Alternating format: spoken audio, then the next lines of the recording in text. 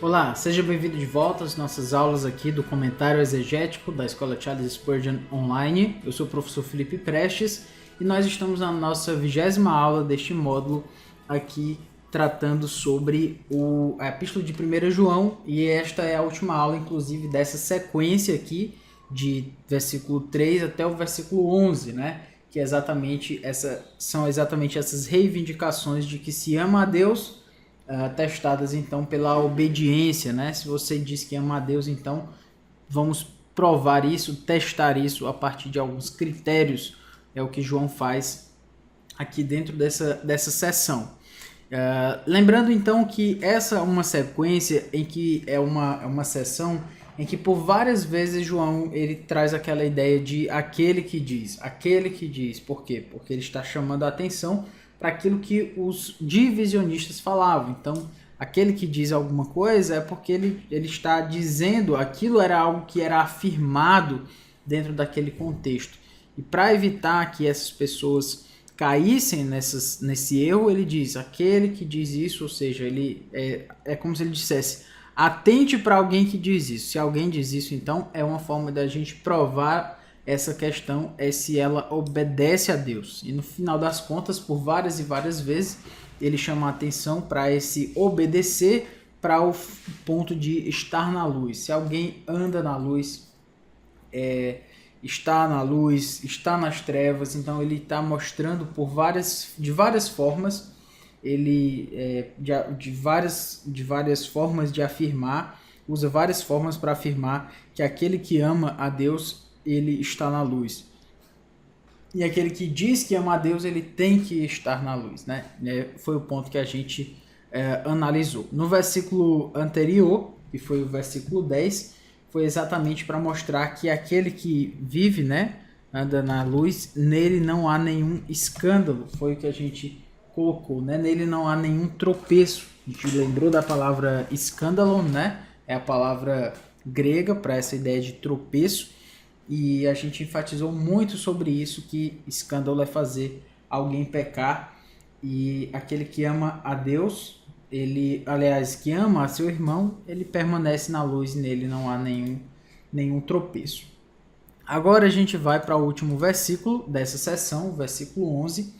E em português é aquele, porém, que odeia a seu irmão, está nas trevas e anda nas trevas e não sabe para onde vai, porque as trevas lhe cegaram os olhos. Vamos analisar esse texto aqui e entender como é que a tradução chegou aonde chegou, né? Como foi que essa tradução foi feita. Nós começamos aqui com na verdade vamos ler então o grego, Rodemison ton adelphon autu, aquele que odeia seu irmão, enteiskotia estin, está nas trevas, kai enteiskotia peripatei, e nas trevas anda, kai uk uden pu hipagei, e não sabe para onde vai. Hoti reiskotia etiflosen tus ophthalmus autu, porque as trevas cegaram os olhos dele, os seus olhos, né? Então vamos aqui começar com Rodemison, lembrando que esse de é uma ideia de uma adversativa, né? Muitas vezes ela enfatiza essa ideia de adversativa, porque antes ele diz aquele que ama seu irmão e agora ele diz aquele que odeia o seu irmão. Então a ideia é exatamente mostrar que lembra que o Rodemison, ou misson, né? A ideia aqui é um particípio, novamente, e esse particípio estando na sua forma nominativa, ligada a um artigo, está indicando aquela ideia de aquele que, e aí nós temos mison ou misson, que é a ideia do misantropo, como a gente colocou, que é alguém que odeia as pessoas, né? Ou seja, que tem dificuldade de se relacionar com pessoas, que tem que não é tão afeito assim a viver em comunidade, a ter proximidade com as pessoas, que é exatamente o contrário de filantropo, né? Então, da onde vem essa palavra misantropo, do verbo, né? que significa eu odeio, no caso aí, miseo ou miseo. Estou chamando a atenção para esse som de Z, que é de onde vem a nossa palavra misantropo, mas no grego quando a gente tem um sigma assim, a gente fala com som de S, de S mesmo, né? Mas enfim, só para você não estranhar aí a minha pronúncia. Então, aquele que odeia, então se está no nominativo, participial aqui, então é aquele que odeia, porque ele é isso aqui tudo é o sujeito, né, dessa frase. Então, aquele que odeia, e aí aqui nós temos o de. Esse de, como eu falei, ele é adversativo. Então, eu vou colocá-lo aqui entre parênteses, certo? Porém,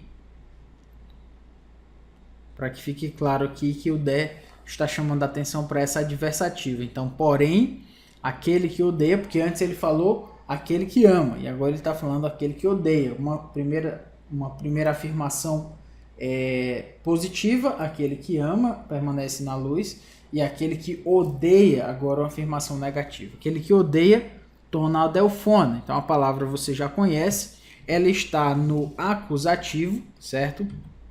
Ela está no acusativo, torna adelfona, que é exatamente a ideia do objeto direto. Quem odeia, odeia alguém. Então, torna adelfona, objeto direto, certo? Aquele que odeia. E aí nós temos aqui o autu, que é o seu irmão, né? Então, aquele que odeia seu, está aqui no genitivo, certo? Que é exatamente essa ideia aí, né? Que pode muitas vezes indicar posse. Então, aquele que odeia seu, torna adelfona, irmão. Aquele que odeia seu irmão. E aí nós temos o en. O en, mais aqui, escotia é trevas, né? Então, o te aqui é um artigo, está no dativo, certo? Te está no dativo, assim como escotia também. Por quê? Porque o nosso en aqui, ele pede o dativo. Ele pede que a palavra que o acompanhe, né, esteja no dativo. Então, aquele que odeia o seu irmão, nas trevas. Ah, professor, mas escotia está no singular.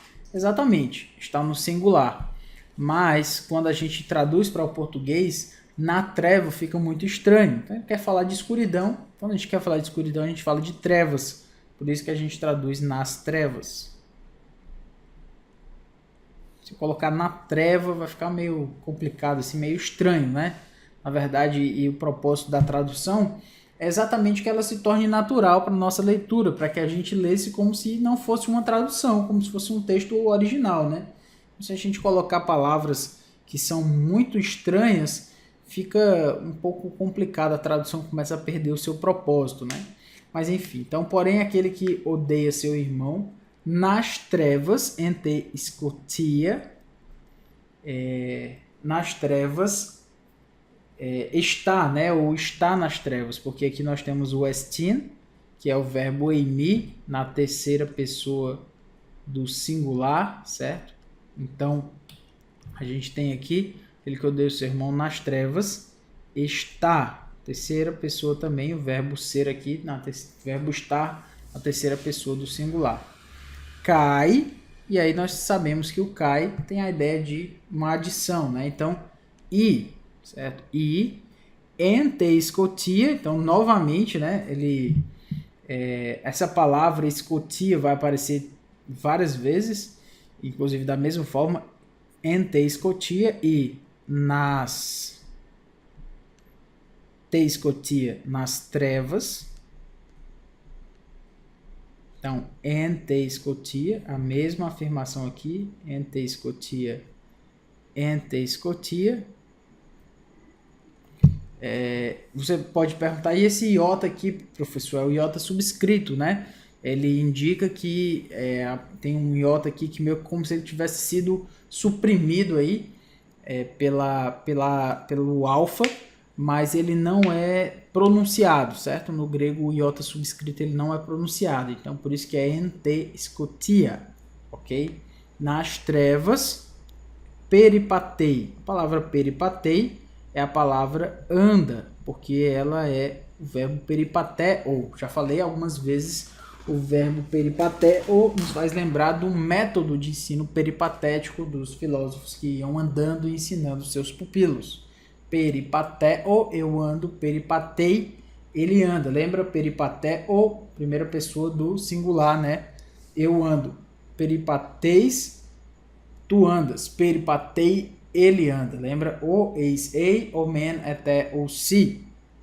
É a forma aí do indicativo presente do grego, né? Então, e nas trevas anda, peripatei, cai e uk oiden, certo? Na verdade, esse uk, ele é o não, e o oiden tem a ver com a ideia de saber, certo? O verbo oiden, na verdade, ele é o verbo oida, certo? O verbo oida é eu sei, e oiden está aí na sua forma indicativa no perfeito ativo. É uma forma um pouco diferente aí do que a gente está acostumado, mas é isso aí. Então, ele não sabe. Oiden não sabe. Pu, a palavra pu, ela significa onde, certo? E no caso aqui, da forma como está, nós temos ripagei. A palavra ripagei, ela é a palavra para ir, certo? Ripago significa sair ou ir em direção, certo? Ir para casa, enfim. Então, ripago, que vem da palavra ago também, né? Com essa ideia. Então, ele não sabe para onde ir, certo? Seria essa a ideia, né? Então, ele não sabe para onde... Literalmente, ele não sabe onde ir. Mas a gente coloca esse para aqui, só para ele fazer sentido dentro da tradução. Então, ele não sabe para onde ir. E aí nós temos logo depois um hot.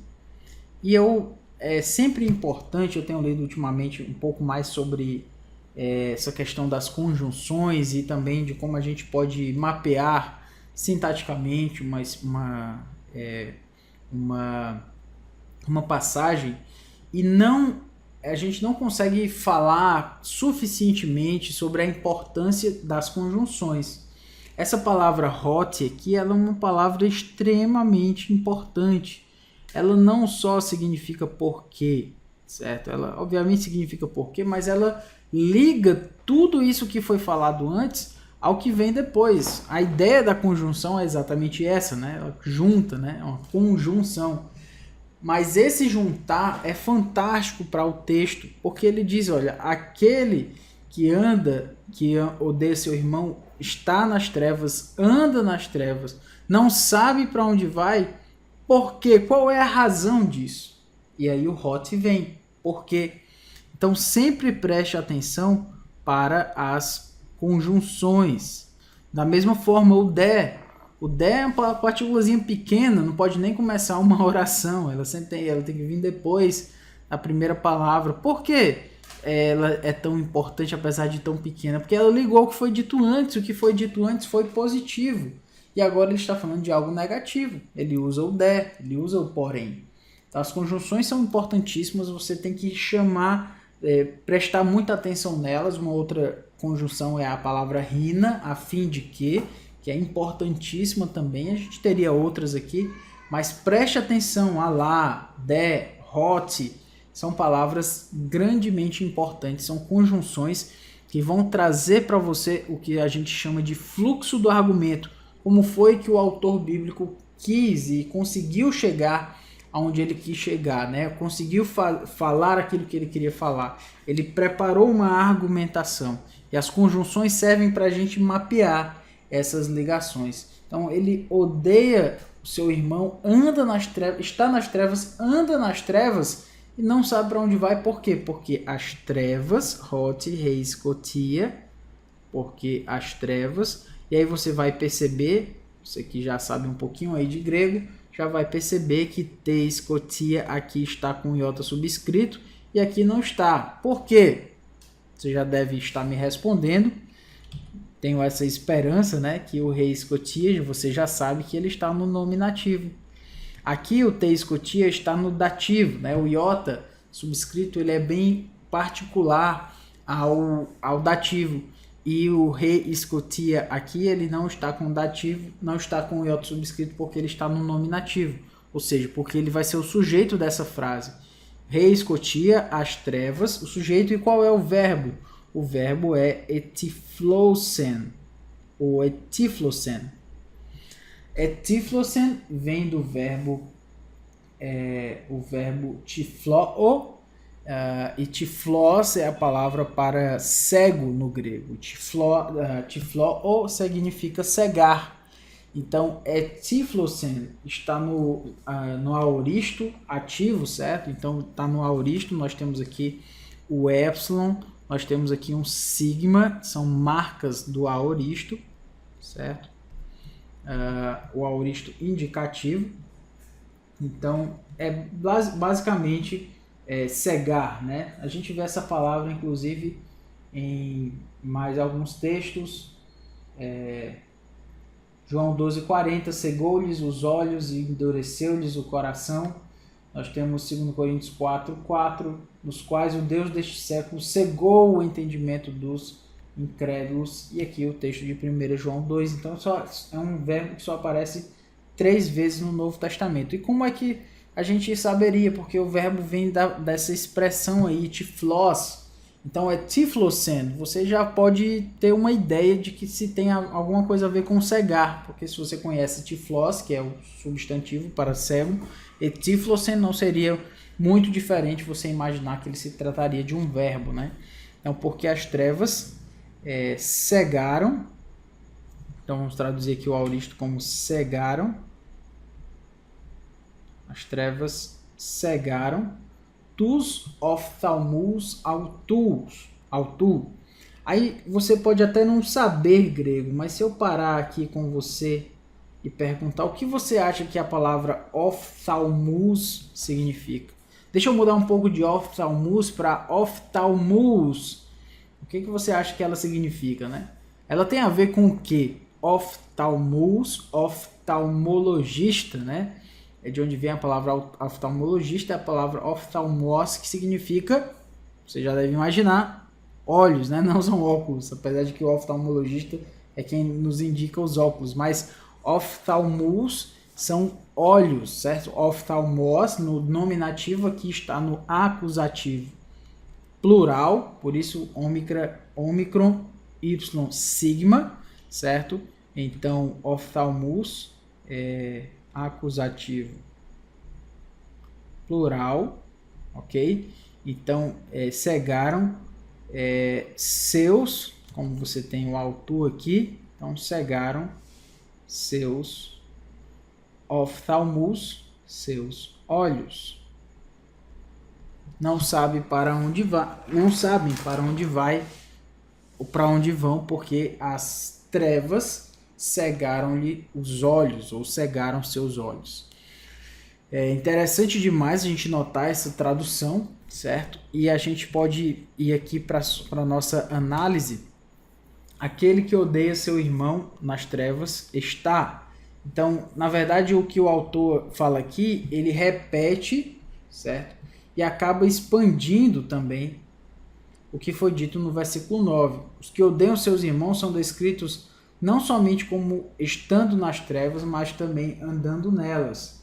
O versículo 9 traz para a gente: aquele que diz estar na luz e odeia seu irmão, até agora está nas trevas. E aqui ele diz, ele está nas trevas, certo? Mas ele também anda nas trevas. Ou seja, ele expande esse conceito, né? Ele não só está ali, mas isso já acabou a se tornar o seu estilo de vida. É a forma como ele anda. Não somente está nas trevas, mas ele já age assim. Isso já é uma extensão da sua própria forma de agir. Ou seja, ele não só está nas trevas, ele anda nas trevas. A gente vê uma progressão, ou até mesmo uma regressão, melhor dizendo, né? Porque a gente está falando de uma coisa ruim. Ele somente estava nas trevas, agora ele anda nas trevas. ele realmente não foi de graça que João repetiu e acrescentou e expandiu essa ideia do estar nas trevas e andar nas trevas. É uma regressão, né? Vai aumentando o nível de profundidade no pecado. A gente pode lembrar do Salmo 1, né? Bem-aventurado o homem que não anda no conselho dos ímpios, não se detém no caminho dos pecadores, nem se assenta na roda dos escarnecedores. Aí uma regressão no sentido de que ele vai piorando, certo? Ele não anda, não se detém e não se assenta, né? Andar é diferente de se deter e se deter é diferente de sentar-se, ok? Então, enfim, há claramente uma expansão aí desse conceito de estar nas trevas. A gente pode seguir adiante aqui, lembrando também que essa expressão trevas, certo? Em João significa basicamente comportamento pecaminoso, certo? Ou também o âmbito, né? O lugar, a esfera em que o comportamento pecaminoso predomina. Então essa palavra ela acaba sendo usada de forma ambivalente com esses dois sentidos. Ou seja, ele anda nas trevas, não só ele anda cometendo pecado, mas ele anda num lugar onde esse hábito ele prevalece. Esse caminhar nas trevas, esse desobedecer a Deus prevalece. Ele anda nesse lugar. As pessoas que odeiam seus irmãos andam no âmbito em que o comportamento pecaminoso predomina e seu próprio comportamento pecaminoso, neste caso o ódio pelos irmãos, os cega para que não vejam, não saibam, né? Para que não possam saber para onde vão. As pessoas que odeiam seu irmão, elas não só andam nas trevas, como o seu próprio comportamento pecaminoso, as suas próprias trevas cegam seus olhos e elas não sabem para onde vão. Então, é uma situação terrível. Aquelas pessoas que estão nas trevas, odeiam seu irmão, não sabem para onde vão. Elas estão perdidas. Uma vez eu perguntei para uma pessoa que eu já tinha conhecido na igreja, e fazia tempo que eu não a via, eu acabei encontrando com essa pessoa na rua e perguntei, e aí, onde é que você está, né? Qual é a igreja que você está frequentando? E ele me disse assim, Felipe, eu estou na igreja Batista dos Desigrejados, né? Na igreja Batista dos Desviados. Na época essa palavra desigrejado não era tão comum. Estou na igreja Batista dos Desviados, né? Eu fiquei triste com aquilo, né? Que afirmação terrível, né? Alguém que saiu do meio dos cristãos, né? E agora não sabe para onde vai, né? Está cega pelo seu próprio entendimento, sua própria compreensão, o que ela acha que é uma compreensão da realidade, né? E aí eu tenho uma questão aqui para a gente pensar, certo? Porque aqui o texto diz que essas pessoas não sabem para onde vão porque as trevas cegaram-lhe os olhos. E eu tenho uma pergunta para você. Quantas pessoas você já não deve ter visto saírem da igreja por razões de divisão, certo? Normalmente isso é muito comum, todo crente já viu isso acontecer ou já presenciou algo semelhante a isso, e que seguiram por caminhos absolutamente diferentes daquilo que elas mesmas já chegaram a crer. Caminhos absolutamente diferentes daquilo que elas mesmas chegaram a crer. Elas estavam no caminho do Senhor, aí houve uma divisão, elas saíram da igreja, foram para um caminho totalmente diferente. Se ela tivesse saído da igreja simplesmente ido para uma outra, era meio ruim. Divisão é sempre ruim, mas menos mal. Mas às vezes nessa leva a pessoas que acabam saindo totalmente do meio cristão. Por que essas pessoas fizeram isso? Porque as trevas cegam o entendimento das pessoas e as deixam perdidas sem saberem para onde vão. E uma coisa que eu aprendi eu vi um pregador falando sobre isso, é que normalmente as decisões de saída da igreja são impulsionadas não pela teologia, mas pelo próprio pecado no coração. Esse coração está cheio de impureza e acúmulo de maldade, ele acaba se tornando um alvo fácil para doutrinas estranhas. Sem a verdade para guiar essas pessoas, elas não sabem para onde ir. Então deixa eu explicar melhor. muitas vezes as saídas das pessoas da igreja não são motivadas por questões teológicas. A questão teológica, muitas vezes, ela serve somente de desculpa para essa pessoa sair do meio cristão. Mas, na verdade, ela saiu por um próprio coração cheio de mágoa, cheio de rancor. E isso acaba cegando o entendimento das pessoas. Aquela pessoa que era firme no caminho do Senhor, ela acaba fugindo, saindo totalmente do padrão de Deus. Por que ela fez isso? Porque ela não foi simplesmente para uma outra igreja. Coração que foi cegado pelas trevas, pelo comportamento pecaminoso, pelo ódio dos irmãos. E às vezes elas se aferram a uma questão teológica secundária para desculpar a sua saída do meio ali daquela igreja, mas que na verdade foi motivada por rancor, por ódio, por mágoa, enfim. Então era isso. É interessante notar que ele não sabe para onde vai, as trevas cegaram-lhe os olhos, mas aquele que ama o seu irmão está nas trevas. Então, que o nosso propósito seja sempre o de manter comunhão com os irmãos, amar os irmãos, andarmos na luz e não mais nas trevas como antigamente, para que nós não tenhamos, pelo ódio dos irmãos, pela indiferença para com os irmãos, a gente não venha a andar nas trevas e se perder sem saber para onde vai, Então é isso, espero que você tenha gostado. Até a próxima aula, no próximo módulo, se Deus quiser.